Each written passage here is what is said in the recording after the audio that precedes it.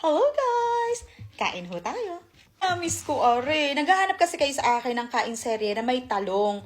So, akala ko kahapon makakabili kami ng talong ni asawa, pero ginabi na kami ng uwi. Alas 10 na kami nakarating din sa bahay ng gabi. Pero anyways, oh my God, nagdudrol na naman ako kasi ang tagal kong hindi nakapag-upload or kumain ng MQ Kitchen binagoongan. So, ayan o, paubos ko na tong pork.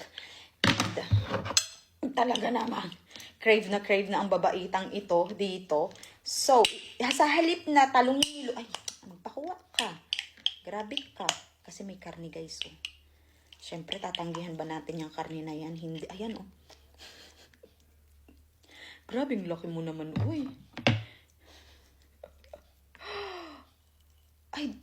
Ay, wow. Isang tipak pala to.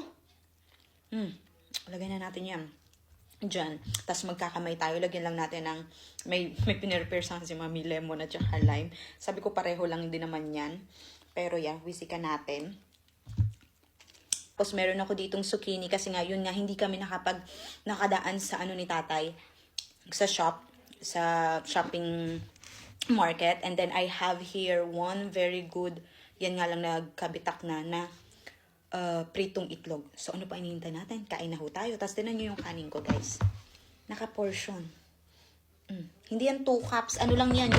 Yung parang pang-scoop ng ice cream. Ganun lang. Pero anyways, tara nang kumain kasi laway na ako. Pala, hindi ko nasabi sa inyo ito.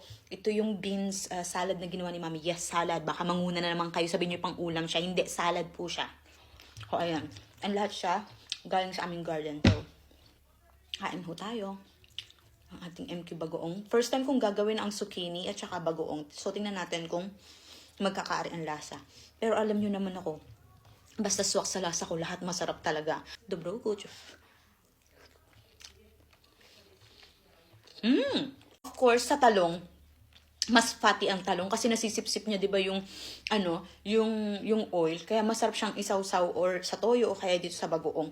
Pero tong zucchini, matubig siya. Pero not bad. Ayan o, bagoong, zucchini.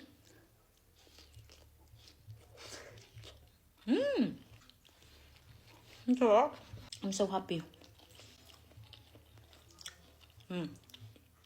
Ayan o, karning-karne yan o. Biskan pa natin ito.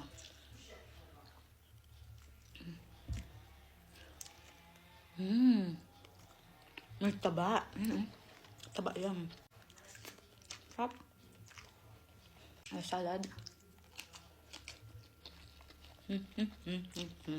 Ang sarap nitong salad na ginawa ni Mami.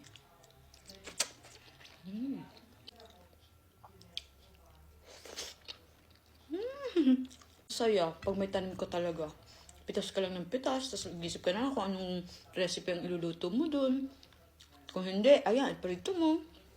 Ilabon mo, tapos partneran mo ng MQ. Solve ka na.